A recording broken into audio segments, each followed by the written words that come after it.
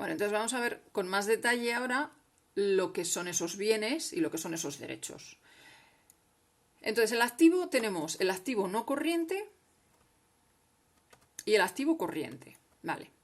El activo no corriente son los terrenos, los edificios, mejoras en las instalaciones, maquinaria, vehículos, mobiliario, ordenadores, software, activos intangibles. Los activos intangibles son lo que no se puede... lo que no se puede ver, lo que no se puede tocar, una idea, una patente, eso es un activo intangible, por ejemplo. Otros activos fijos y luego la amortización acumulada, que ya veremos lo que es. Entonces, para acordarnos de cuál es el corriente y el no corriente, nos vamos a acordar de un río. Por el río pasa agua, ¿no? El agua lleva corriente, la corriente se lo lleva... Y abajo en el fondo están las piedras grandes, esas no se las lleva la corriente. Entonces, el símil es un poquito, pues eso, el no corriente, digamos, son las piedras de abajo, que es una cosa pues bastante fija, es decir, tú te compras un edificio o te compras un terreno y eso se queda en la empresa fijo, hasta que lo vendas más adelante, pero se queda. Mientras que el corriente, el activo corriente, son los clientes, me compran, y la tesorería, el dinero, entra dinero, sale dinero, eso se está moviendo continuamente, como el agua, ¿vale? Entonces, lo que se está moviendo continuamente, el corriente, y lo que no se mueve, el que dura más en la empresa, es el no corriente. Las piedras del fondo, nos acordamos, se quedan ahí fijas, no se mueven. Pues eso, los terrenos, los edificios. Vale, y todo esto es nuestro activo. Hemos dicho que eran bienes, lo teníamos aquí arriba. Hemos dicho que eran bienes y derechos. ¿Dónde están aquí los derechos? Pues aquí en clientes. Si un cliente me hace una compra y me paga, pues ya está, lo tengo el dinero en tesorería y se acabó. Pero si un cliente me hace una compra y no me paga, pues se me quedará aquí en clientes, pendiente hasta que me pague. Y entonces esto será un derecho de cobro. Serán derechos, por eso el activo son bienes y derechos. Vale, vamos ahora a ver lo que es el patrimonio neto y el pasivo no corriente. Bueno, primero el pasivo no corriente y el corriente, que lo tenemos aquí. Y esto, pues un poco lo mismo que las piedras del río. El no corriente es pues las piedras del fondo, lo que tarda más en salir. Pasivo hemos dicho que son obligaciones, es decir, son deudas que tenemos. Nosotros pedimos un préstamo al banco y si el préstamo me dice, no, esto me lo tienes que devolver en 3 meses, pues entonces eso es a corto plazo. Esto está aquí.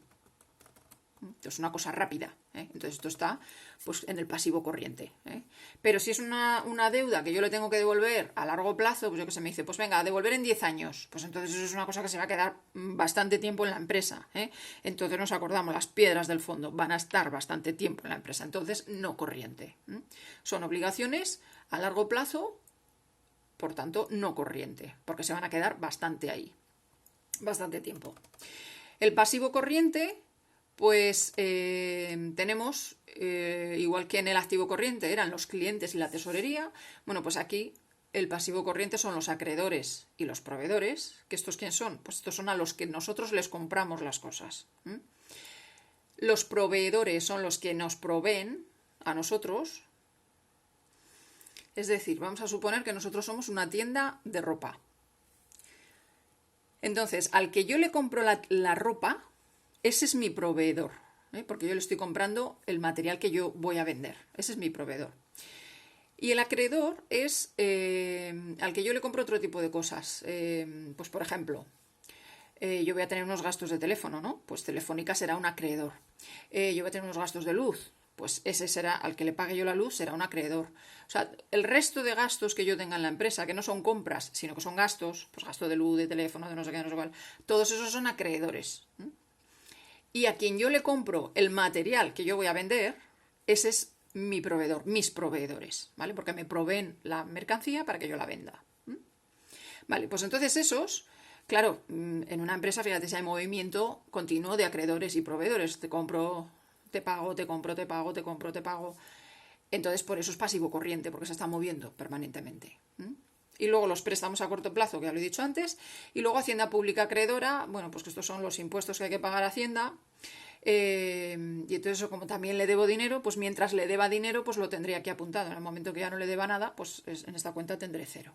Pero es un acreedor más.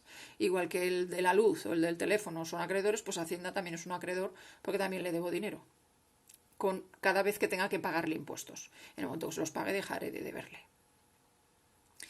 Vale, y vamos a ver ya esta parte de aquí arriba, el patrimonio neto. ¿Qué es esto?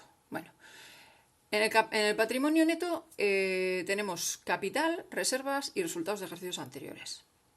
Bueno, pues si decíamos que el no corriente, el activo y el pasivo no corriente eran las piedras del río que no se movían, esta todavía se mueve menos. Porque el capital es, cuando tú creas una empresa, tú tienes que poner un dinero, tienes que empezarla con un dinero que se llama capital.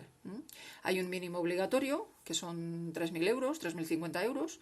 Entonces tú tienes que ingresar ese dinero en el banco y decir, bueno, pues venga, este es el capital de la empresa. Y ese dinero, digamos, ya no se puede tocar. Eso se queda ahí para siempre en la historia de la empresa, el capital. Porque es como una garantía que tú tienes de pago frente a deudas. O sea, si tú cierras, por ejemplo, pues por lo menos que con ese capital la empresa pueda pagar a lo que ha dejado pendiente.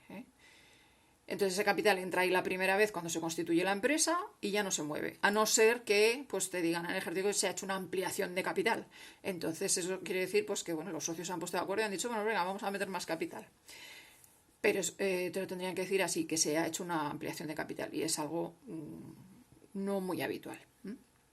Entonces lo normal es que el capital inicial se quede en la empresa ya para siempre ese capital.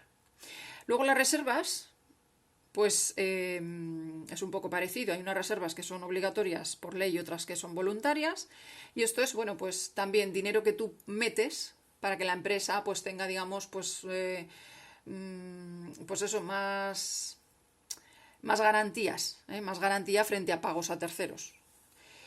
La puedes hacer voluntaria si la empresa ha tenido resultados positivos, ha tenido beneficios, pues eso normalmente se lo reparten los socios. Pero voluntariamente pueden decir, oye, mira, pues en vez de repartirnoslo, lo vamos a meter aquí en la empresa, en reservas, y así, bueno, pues tenemos como un ahorro, ¿no? Pues por si pasa alguna cosa, puedes tenerla ahí. Y luego hay unas que son voluntarias, que por ley, cuando tienes unos determinados resultados, pues no te queda más remedio que meter un porcentaje que te dicen a las reservas. Y también es pues como el capital, es una cosa muy fija, que se queda ahí ya per secula seculorum, para los años. Y luego aquí el resultado del ejercicio y resultados de ejercicios anteriores, que esto lo vamos a ver luego cuando veamos el balance.